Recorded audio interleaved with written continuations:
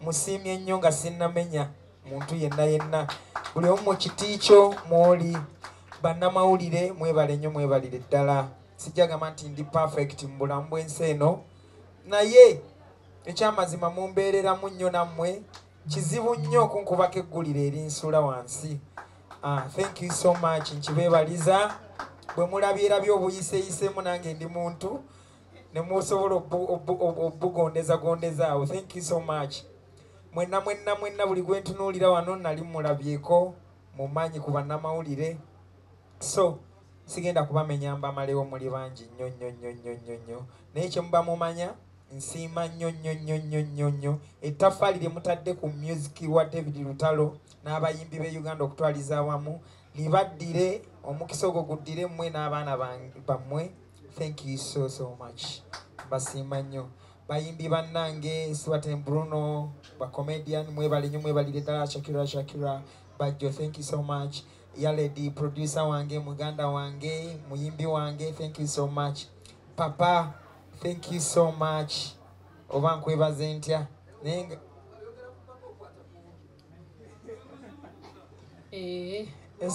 ensonga yerimu eggumba njogera okwatikako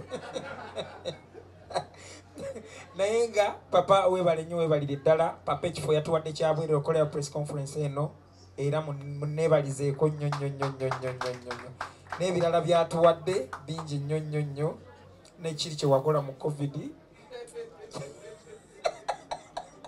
kyali ki lwaki museka mweka aye katukireke ekyo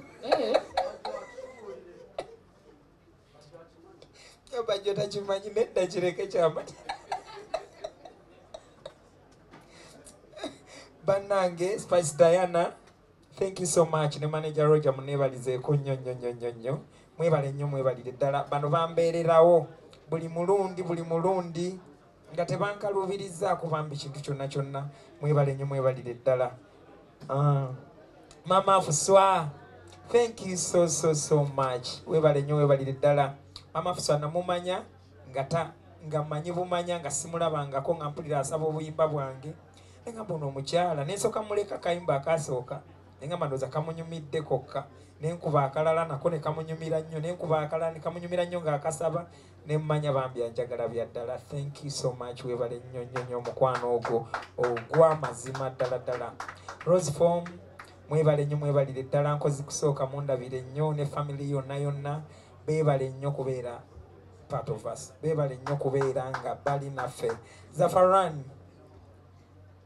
Swang Seven bangambire nti beebale nnyo beebalire ddala naye ng'okusinga ddala weebale nnyo naawe ng'omuntu ne manager waffe mwebale nnyo mwebalire ddala. Flona how are you weebale nnyo weebalire ddala munnange. Thank you so much. Mumpoza amabanja gesimanyi bwe ngenda gasasula. Simon thank you so much weebale nnyo weebalire ddala. Manager wange Uncle Nasa webale nnyo webalire ddala. Thank you so much. Aba Grand Millers thank you so much. SBC mwebale nnyo mwebalire ddala. BBS Telefine yaffe bannange aba Bukedde TV aba BBS Telefine aba Sanyuka TV bannange NBS thank you so much mwebale nnyo mwebalire ddala. Spark TV mwebale nnyo mwebalire ddala.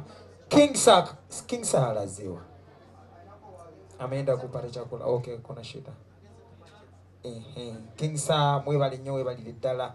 Bannange ensonga eriwo ya 29 September Cricket Oval.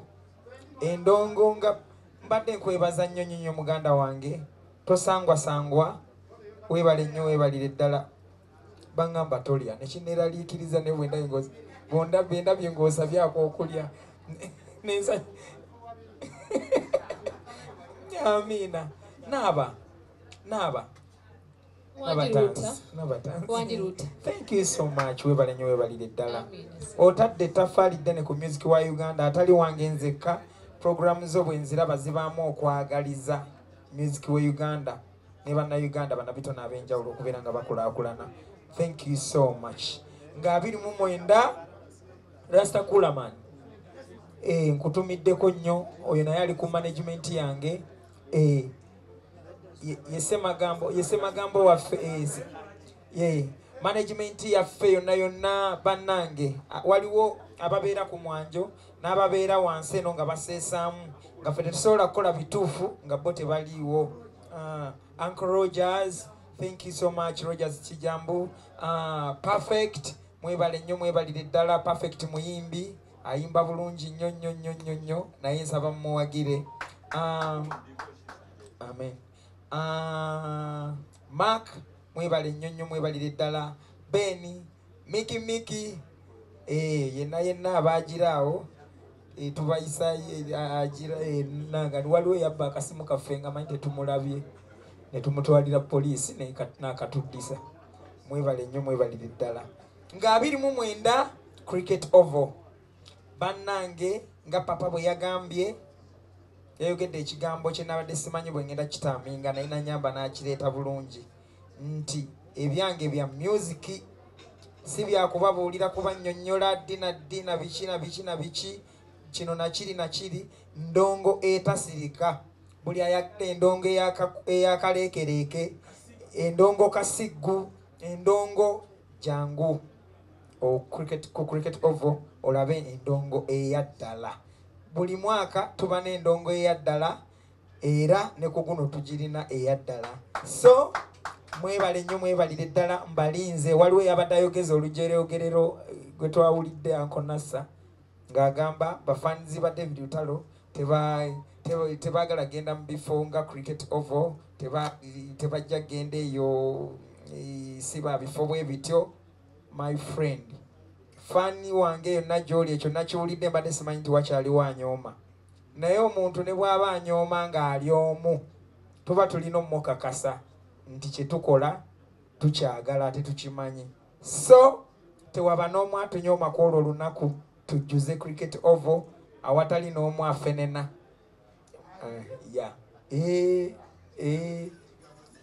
Mwebale nnyo mwebalire ddala.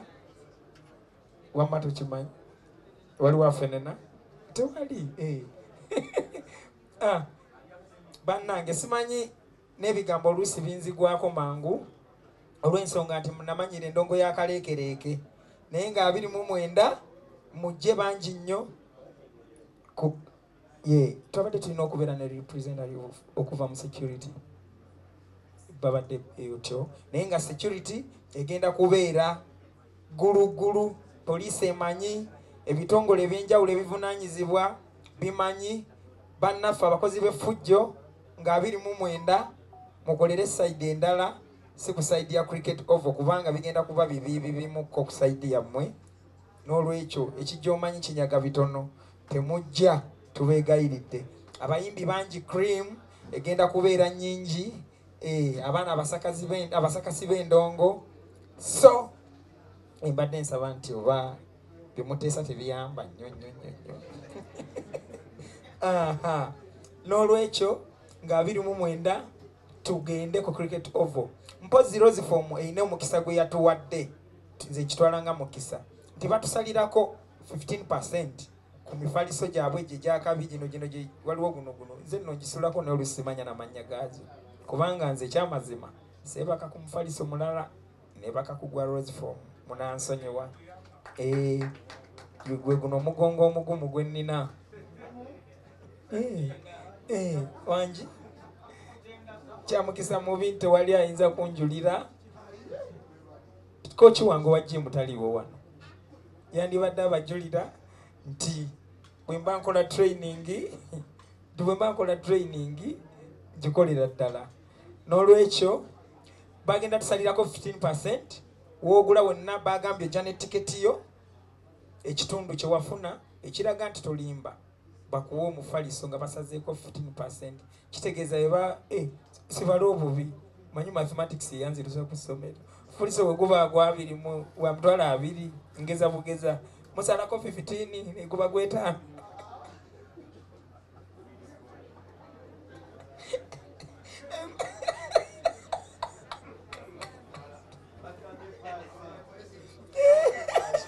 Okubala nkuleke nkulese papa nawulidde ogamba ku security yo wano nina omwana akuba oluyi nsaba mukupangise gwakubya oluyi yebakire ennaku bbiri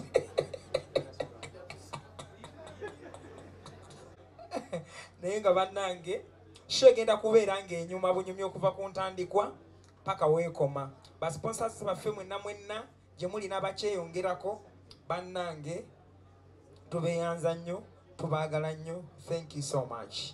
Kachike neerabiddeyo manager nga kabadde kakulu nnyo nga tulina okukabuulira abantu bano ebifo ebirala bannange bwe tuva otyo ebifo ebirala ebifo ebyokusangibwamu tickets manager agenda kuddamu abinoganye bulungi nnyo. Show ya mitwalo 2.5 ne miliyoni 3 table y'abantu 10. So essimu ey'okubookinga tables n'ebirala byonna byagala okumanya ku David Lutalo essimu eri 0701 70 35 90 essimu eyo ebimala. Tugenda ku cricket oval nga 29 nga 3 tugenda kugenda Mukono Colin Hotel nga 3 nga lumu gugwako nga luli nga lumu tugende Masaka. Abaana b'Eruweero nina ensonga lwaki mbateekaawo we mbateeka nga 8 mba njagala amasanyu genkuŋŋaanyizza eri yonna nga baleete nga bakubeko so basembyayo awo kabaka kodyo. Tugenda kubeera ekyotera tugenda kubeera Mubende tugenda kubeera Embarara. Abaana b'Embarara tubaagala nnyo. Thank you so much. Mwebale nnyo mwebale ddala. Wow. Njagala okutwala omukisa guno okubaaniriza mwenna abali wano. Ngenda kusooka bannabitone mwenna abali wano ku lwa muto wange Lutalo. Mwebale kujja era nsaba mwekubireko mbugalo abasobodde okujja. Kakasa bangi nkuba yebalemesezza naye wano wandibadde wajjudde okusingako wano. Njagala okwebaza bannamawulire mwenna nga saawudde media house eno. Mwebale nnyo okubeera positive eri Lutalo. Mwebale kuba nti muzze kamera zonna ne muzireeta ne muba nga mumufulumyako amawulire ago amalungi agasaanidde kuba musobola okusalawo okufulumya amabi naye bwe muba nga ate mumufulumyako amalungi nze ku lwange ndi musanyufu nnyo era mbeebaza bannamawulire mwenna abali wano. Thank you so much. Okusookera ddala ekirala ekyokubiri njagala okowoola abantu kuba kyekituleese okusooka. Buli muwagizi ali eyo omuwagizi wa music wa Uganda nkusaba ojja owagire Lutalo kuba bw'otawagira Lutalo kati gwe music wa Uganda oba owagira aliwa. Lutalo y'omu ku bayimbi ab'emyaka gye aba generation ye gw'owulira ayimba ensonga n'agiruŋŋamya n'aginyweza n'aleeta ekigambo nga kipya nga tokiwulirangako. Omanyi waliwo ebintu ffe ebitulaga nti oyo omuntu alina ekitone so si kuwulya buwulizi luyimba nti baakubye endongo n'enyuma n'eggwa naye ye musajja buli lulimba lwaleeta akulyetingayo ekigambo ekipya n'owulira nti kabisi kandagala nga ekigambo badde okimanyi naye nga tosuubira bo badde ogenda kireeta mu luyimba. Abantu abo nno ab'enjawulo tetukyayina bangi. Bannayuganda mbeegayiridde abantu abo bwe batyo tetukyayina baki bangi basajja babasudde be baagera n'agiranga najja n'ayimba oluyimba ekyali mu ssabo nga kyo tekyaliyo naye n'aluwoomya n'ebigambo nga bipya. Abayimbi bwe batyo batono kati. So olw'ekyo Katonda wabanga abatuwadde nga mu generation eno waliwo abaliwo, nsaba muleme kubamalamu maanyi, mubawagire buki, mubawagire buwagizi. So Lutalo nze y'omu kwabo, era ensonga lwaki nkwagala ng'oggyeko ebirala byonna byonna ebino ebyokwerwanwana nkimanyi. Tuli wano tulwanira spice naye tebinnumye ebyahaaga. Tebinnumye nadde akatono, kubanga ntera okulabayo omuntu n'akuba remix n'esinga original okunyuma.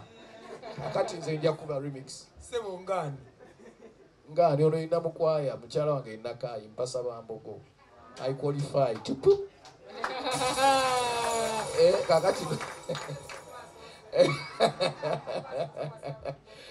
N'olwekyo bannange, nze bannayuganda bwe mba mwagala nkyogera nnyo, nakyogerako ne ku show ya muganda wange Jose Chameleone nti ayagala okumuyimbira jangu mu show ya Lutalo ng'oyagala kuyimbira.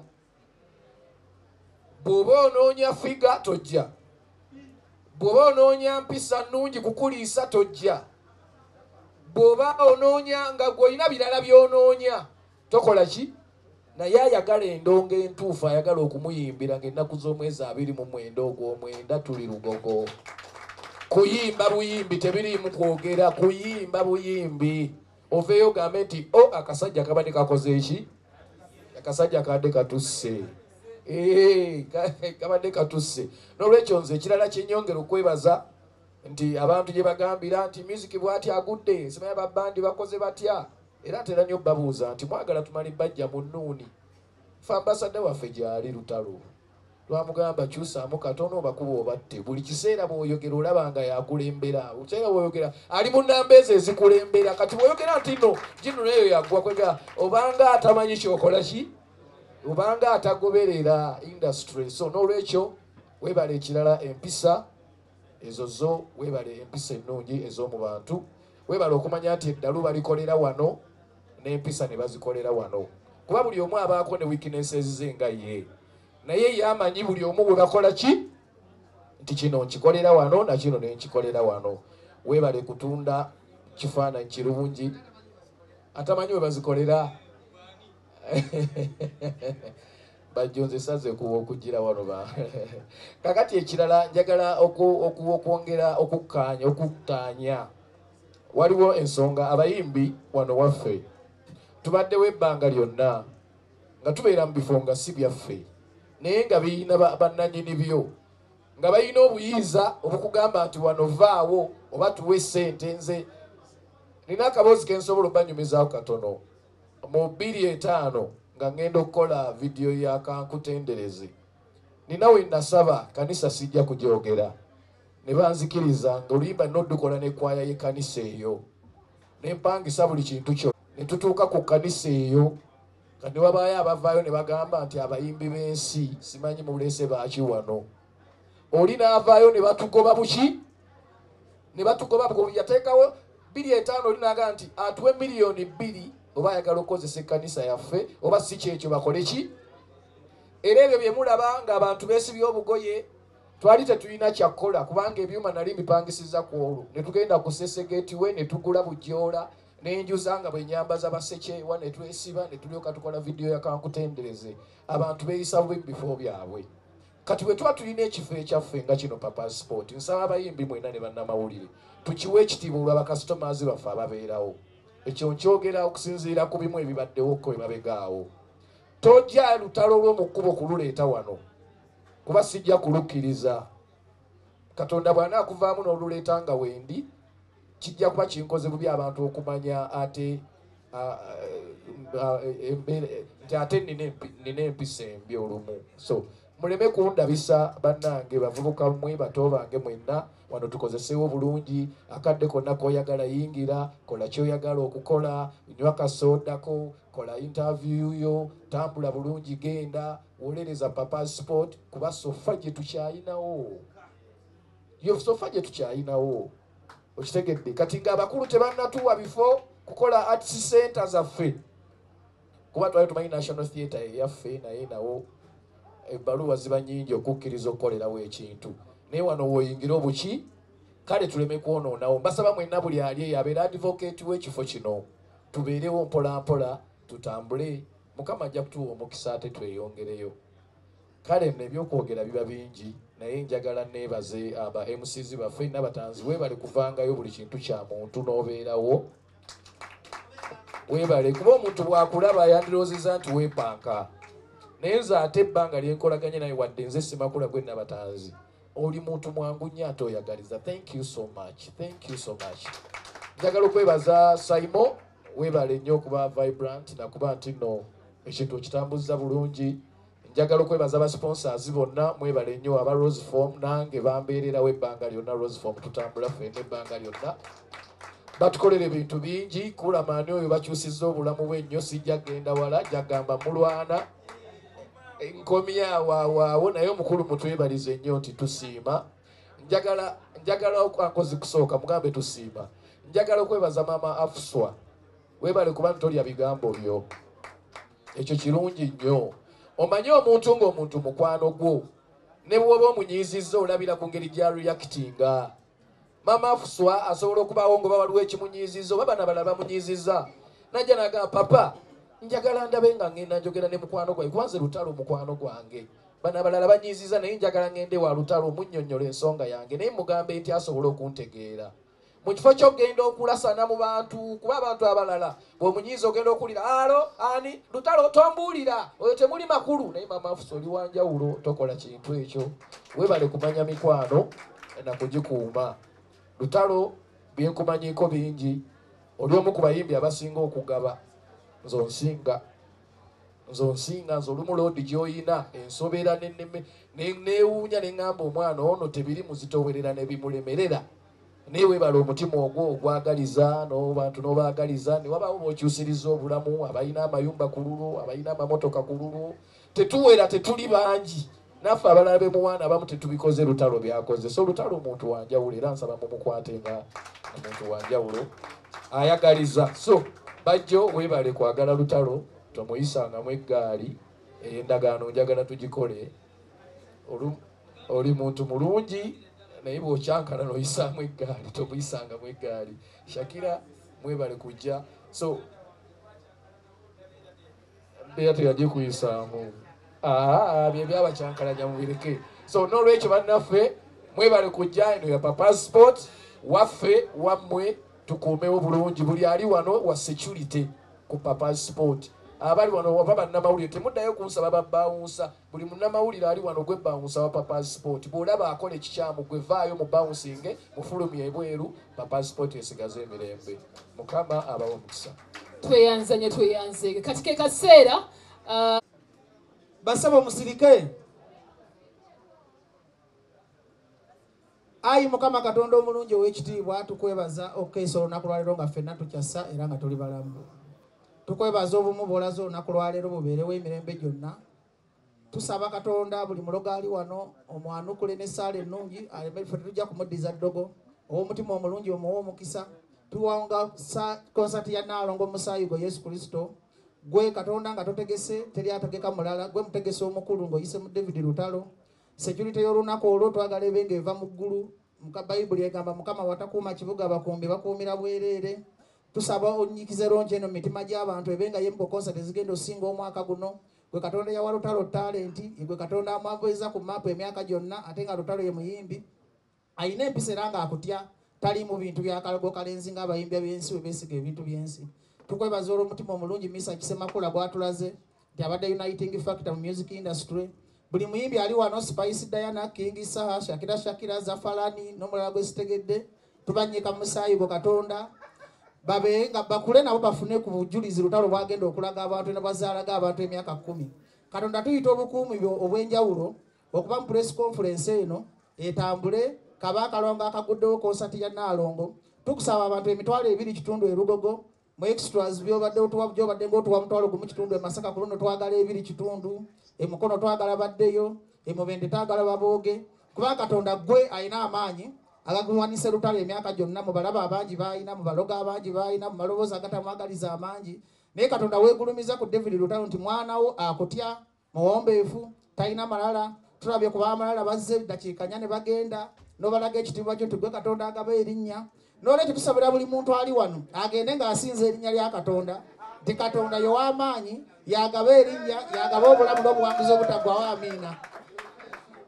Ye bajjo twebaziza nnyo ne tweyanza and of course tetusobola kutandika kintu kyonna nga tetukwebaziza Mesarch Semakula. Mesarch Semakula kamera zaagala zikulabe zafaradi kafesi tukalabeko eno akalabo ke nnina butajja kukyawa zasirire katonda zekimala nga nfumba bw'olya David distance eyo nnene kale nyamba anchimire anyamba esimu yange esimu yiri egudde Shakira muyambe koba yiri wali nyamba kusimu yange egudde wa Shakira laba kati koma wena kwaso omuzindalo kukwasa omuzindalo koma weno bakwasa omuzindalo Shakisha laba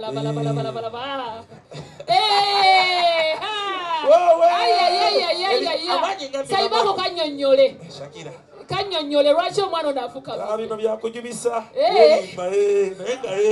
kati gwekenyini jawo nga twamudduse gwekenyini muwa akazindaalo komawo amanyi matindi wamashaki kuweke Shakira kuweke oyogere Shakira kuweke muweke ebisajja tebyagaliza Shakira mu muzindalo guguno. kale hello everybody muli mutya basebo ne banyabo I'm here today because David is a friend of mine. He's a special friend. Nali nakajja eno industry Shaki basaba eno bongere ku ddoboozi ayogereko mu Luganda oluzungu lungi kusaba kwa bajjo katono nyonyonyonyo abali emabega bambi mwogera nnyo tusaba busabi abali ku ludda Oreno Zibampita Shakira and do want to rally because David mukwano gwange is a special friend. Why? Because nali nakajja eno industry nga David simulabangako nga mulaba bulabi ku TV ngate naye tandabangako, but he's the kind of person monso gwe yakubira essimu n'atampa mubuzibu wadde na welcominga n'abeerawo n'asuubiza buli kigambo, you know. I mean n'atuukiriza buli kigambo kye yasuubiza n'ampola oluyimba olungi lwe mwagala nnyo, I'm in love, you know. Ate n'asigala nga wali n'asigala nga si just bya luyimba omukwano gwaffe ne gweyongera. Pretty much kyengamba nti mu industry eno bannange ekintu ekyo si kyangu. Omuntu agamba okukola naawe n'akola ki? N'atakola n'essente n'azitwala naye n'atakola, you know. But David yatuukiriza n'ebitali bya ssente ng'alinga amanyize ebbanga eddene ekitegeera. mazima naye nzijukira yangamba ekintu kimu bwe nagenda ewuwe. Yangamba nkulabamu akayimba era ke ngenda owandiika. Ngenda kakuweereza bw'ona akaagala nga tuyimba. So I think so ebintu ng'ebyo bibeera very special mu eno industry nga bwemanyi industry eno si nnyangu. So David mukwano njagala kale nno byebyo nno obugalo bw'akantu ako era nkwagaliza ekivulu ekiri very very massive. Alina Mukama ali ku side yo ne Allah ali naffe. So thank you everybody. kale tweyanza nnyo Shakira, thank you so much. Tumwongere obugalo bannange. Tubaniriza basebo ne banyabo. Amanya gange bampita King Saha Semanda Mansul. Ekimu ku bindeese wano kuwagira muganda wange David Lutalo n'okwongera okumulaga nti mulimu era ndi ready omubeererawo. So kirungi nnyo nti David okuva ennamulaba taddangako mabega ayambuka bwambusi nga yeyongera waggulu, kyakulabirako kirungi. Era nze zimu ku icon ze tulina gy'otunuulira n'ogamba nti Lutalo tokyamusuubira kugwa, omusuubira kukakkana bukakkanyi kusinziira nga yeekooyedde. So Lutalo tukwagala nnyo, nze wendi enda kubeerawo nga 29 September. Era nkoola abawagizi baffe mwenna abawagira music wa Uganda nti mubeereewo tuwagire David Lutalo tumulage omukwano. Buli mukwano gwe mubanga mutulaga gubenga ng'ogusembayo alla tusobozesebwa okusisinkana omulundi omulala naye nga teweetegeka nti ate nze ndi mulaga olulala. Mwenna tubakoola mujje nga 29 September tulage David Lutalo omukwano guli ogw'enkomeredde. Oli waddembe n'okugyayo n'akamuli n'ogamba nze anyembira bya mukwano kanzije n'akamuli kange. Mwebale nnyo, mwebalire ddala. Omuwulidde bulungi ebigambo byayogedde tetusobola de kubyongerako kintu kyonna. Saabavulu kirya process. Bangambye akatikiti kamu sigenda kwogera bingi. Mpozi njagala kutangaza mu kitono nnyo abantu abatamanyi ku David Lutalo. Nze nkuze ne Lutalo. Tukuze ffenna. Namuzaako ne ku ssomero n'addukayo. Papa towakana. Twagerako Lutalo ng'alina okufuuka MP. Ndowooza ebyobufuzi tabyagala. By the way, abayimbi abasinga mumanyi kyemwagala kubanga Lutalo nali muteekamu nnyo ekintu ky'ebyobufuzi kuva dda naye nabigaana. Nanimbalimba n'abasomesa ne bamusomesaako n'agamba nze ndi wa muziki. Politics akoze eki? Aganye era nzijukira guno mwaka gwa 8. Namugamba nti Lutalo yatukako ekisa ne mugamba ogenda kugwa mu myaka 3 egijja. Twakatambulako emyaka emeka. Kati abuze emyaka 15 agwe kubanze namuwa emyaka 3. Naye ng'amaanyi ga Lutalo gali mu kino bayida wone serious note siri mu kusaaga kati yalidi siri mu kusaaga. Kambabula abatamanyi Lutalo ati abakazi yeekumye nnyo sirimu. Abayimbi bamujja ne mukola amannya ne mwegadanga ne mulwala enziku ne musumbwa ne musikisiga abalala. Njagala mbabuulira amazima. Lutalo mumanyi. Lutalo nabakebera ng'oli mulamu ayambala kondomu. Ago mazima. Naye ng'ekisinza okwonoona industry yaffe eno. Mumpulirize, ekisinza okwonoona industry yaffe eno. Bw'ofuna erinnya nga Kingisa obwongo bukutuma kwegadanga n'osiiga kabooto. Sigambye nti saha alina siriimu. Ngambye bw'ofuna erinnya nga Kingisa olaba ng'oli waggulu wa buli muntu. Lutalo awa abantu abakulu ekitiibwa. Lutalo abo bapromote ekitiibwa. Lutalo bagamba nti ngenda kuyimba ssaawa 8 edda nga nkyatandika obulamu. Natandika ne Kenzo, Lutalo, Kingisa, Bebe Kulu, Molini Nantume. Lutalo edda nga sinafuna linnya nga ndi ku D8 kyemwagalako. Namujja ne mwegayira ne mugamba sina wa kusula. Naye nina kannayitika ku D8. Twateese emitwalo 2 yatuuka kijambo jjukira ebiseera ebyeruzira. Lutalo yatuuka ssaawa emu n'abeera mu mmotoka. Yakoleranga bwere. Kati mbadde mbanyumiza. Lutalo yatuuka ssaawa emu ne mutuuza paka ssaawa 6 ne munoonya ng'amaze okuyimba n'agenda n'enkya ne mukubira essimu n'agikwata n'akomawo kugamba Lutalo ayina ebintu bingi bisobola kumwogerako mu budde obutono bw'enkola ki naye ng'ekimukumye waggulu mpisa atya Katonda atya abakazi simanyi abaana bayabazaala atya bali abasibiri nange ekyo kyanneewuunyisa nnyo kubanga nali mmanyi nti Lutalo eyo photoshop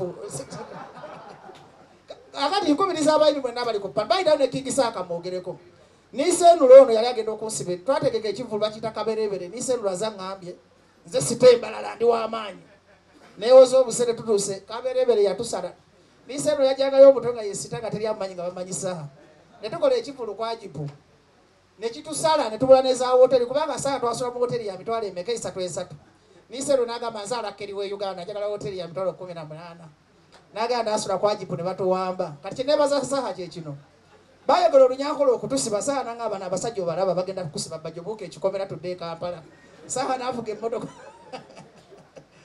twadduka emisere twekanisha embalala kyeneebaza saha nti kuva ddanga naye abeererawo bakyaliibe Mesarch Semakula alisobola kubanga simwogeddeeko Semakula ono omulaba nalina obusungu bungi bayidawe Semakula alimu ekitono ekyenjawulo kyemutamumanyeko abamawuli tayagala ntalo era Katonda bayidawe mbagamba nze siwaana ate nzisina kimweguya wabula njogera amazima nti Mesarch yessa omutuufu kabaka takola nsobi yamuwa ekitiibwa kya ssanga kimusaana Mesarch yeewa ekitiibwa Mesarch talimba alinga Lutalo nga bolaba saha Mesarch bwagamba nti bajjo ngenda kuwa emitwalo 12 saawa nze Mesarch yampolako sente nesizimwa milioni 12 twalina oyo omugenzi Dick ndowooza twamusanga nawakale ne tumufumba Mesarch ne tumufumba n'avuga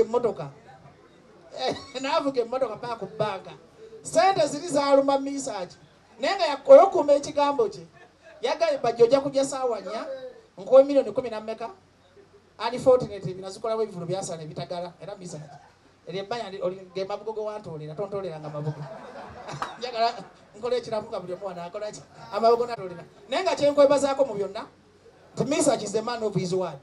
Lutalo is a man of his word. Sa Spice Dana sikolangako naye mulaba nti muwala mulungi alina ekisa ayamba kimwagaza mu mutima akola kyate yalidi yayiga empisa za Lutalo engeri gyakozeeko naye talina nkwe wadde musoga naye bwayogera ekigambo ki kiba bwe kityo. Shakira sikolangako naye Zafarani nakolako naye ku Kerevajje n'aperforminga n'abayitayo mu baana abakabi abajja mbabulya mu bannamawulire. Oyo omuwala mumwerinde tanafuna ngoma gy'atuulamu ntuufu naye kaanaagwire engoma bagiyita batya tomwazireza mwezafanga nesasala bweyogerere fetugamba ngoma esala bweyogerere Zafarani bwanaafuna engoma entuufu tuyinza okusula wano ne Bajjo kale bannayuganda mwena mbakubiriza nga 29 tugende tujjuze Lugogo. Professor Bajja amaze okutugamba 29 tugende tujjuzewa tugende kujjuza eyo ebigambo bya Professor Bajjo kamusibule bulungi aba tokyamuka to papa nga 29 Lugogo Masaka ate Mubende luli covid yatulemesa so ye Mubende ngenda genda njimo ntaliga ku ground ne Masaka ne kyotera ne Mbalala Lutalo tukusaba bera boto paka lolifa abana bajja kusikira amagoba g'empisa z'ennungi ne papa Mesarch Semakula bana esobola kuva bulunga sebaza rose form bana ebajja tagumiikirizika ne kampani y'enkumi emyaka 2 yampa lifetime contract oba nkoze oba sikoze omusala gwange gubayo ku account nebaza Samu zino yampa lifetime contract nebaza Darling Uganda kati nakafuna Stanbic Bank era bali mukogane Lutalo okulaba bajja kubba tubayinanga ba sponsor baffe tulira bagenda kujja Stanbic Bank Mr. Dana Uganda Lutalo kubanga era kino kimuyamba okakasa sponsorship ye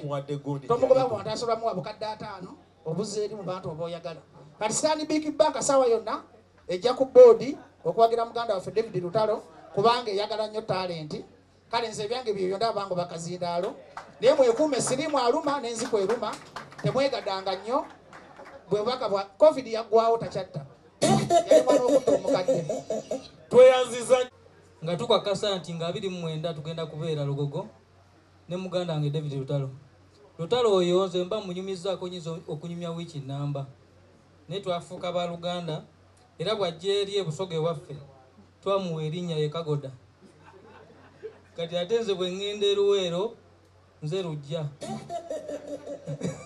n'olwekyo twafuuka ba Luganda wabula njawo okwebaza mwenna abayimbi abawerekedde nebaza management mwenna abaliwo abayimbi papa sebo balinyo tuwa kifo kino nandyogedde Lusoga naye ndi mu Baganda kodi n'abasoga bali tuli live ku TV tujyalukuba nenda okweta abasoga mwena abaidinda Kamuli Buwenge wa yona mwido okuwagira namina gekitana aba Butagaya wairaka bona abasoga bakube kyengenda okola Bajjo ono njagala naye omwogerako Bajjo yadda yasama nnyo naye olumu abeera n'ebintu ebyamagezi sebo ovuma ku bantu naffe katukuvume oyasama nnyo naye olumu oyogera ebintu ebyaki ebyamagezi so twagala okwebaza olw'endongo eno nti olumu ogitadde ku mutendo n'ogijja ku mutendero omulala kyenkumanyiiko bwewalanira ddala ekyo ekintu kikuveemu ssebo njagadde ekikugambire mu kamera nali nkukoze eki so Bajjo oli muntu mulungi nnyo oyimusizza endongo asimweba owaayi nze ndi nakazindawo nange ndi mwogezi tukwebaza okusitula endongo ya Uganda nyo okwebaza papa Mesarch Semakula webale nnyo okubya endongo tetulina kye tukubanja wabula nze ŋŋanze omanyi nange natandika okuyimba nsuubira okukola alina ekintu kyenyala okukola naye bw'osooka okikola kikole njagala tugule ettaka ery'abayimbi ng'ettaka eryo buli muyimbi bamuziika basudde yakiyimbako naye tugule ettaka tulaalike famire nga buli muntu ajja na sayininga ng'atandise okuyimba nti nsayininze wano banziikanga mu ttaka eryo buli muntu ajja alambula alabe nti wano yaledi we bamwebasa wano Lutalo wano gwe tujjeyo nabali abaafa edda nabo tubaleete so mbebaza nga 29 naalongo konsati mujje mu bungi nnyo nkube mu kapera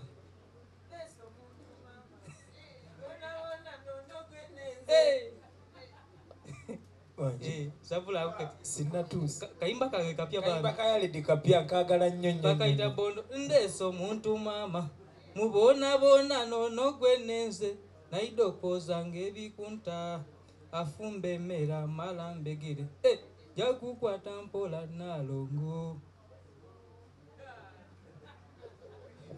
omulidde bulungi yaledi bino tugiyina Lutalo. Banange tubaniriza. Sinali eyita just onsesa. Omusajja ono ansumbuwa nnyo naye simanyi byansumbuwa abitegeeza naye yalamba bulire bannamawulire mwenna abali wano sinatuusa kwogera. Tubaniriza mwenna bannange bannamawulire mwebale kutambulanga naffe ebbanga lyonna. Njagala okwebaza abayimbi bannanga basobodde okubeerawo ku lwa Lutalo. Ffenna tumanyi kyekitegeeza muyimbi munno okubeererawo naddala mu kaseera nga kano. Okeera ku ssaawa 3 ne weetegeka n'ogamba nti ngenze mu mukolo gwa David Lutalo gwa press conference. Kitegeeza kyamaanyi nnyo. Ebisinga byogeddwa ku David Lutalo. Naye nze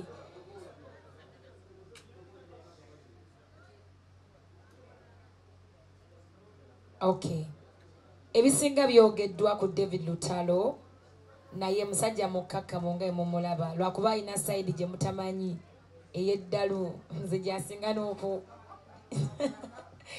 jandaga simanyi lwaki so buli wenyumya naye wetwesanga mba mu kuseka ayogera bingi byabatalaga ajja wano neyewombeka nti abakazi nze nti abakazi naye nga badde ebbali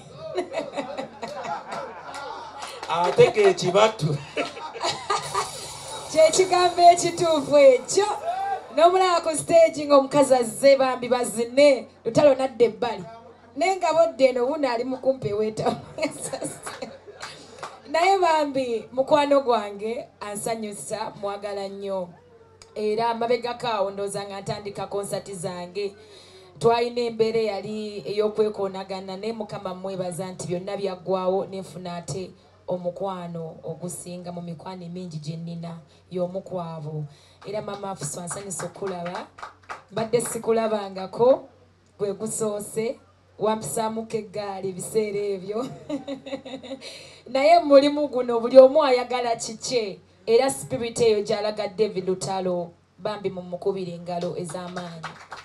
Buli muntu mu industry n'asanayo abantu abamwagala bwe batyo n'ayiwawo omubiri. Ffenna tulina abantu abatwagala Simon munene w'ekibuga oyo nga nange njiddewo omubiri n'abalala bangi nnyo.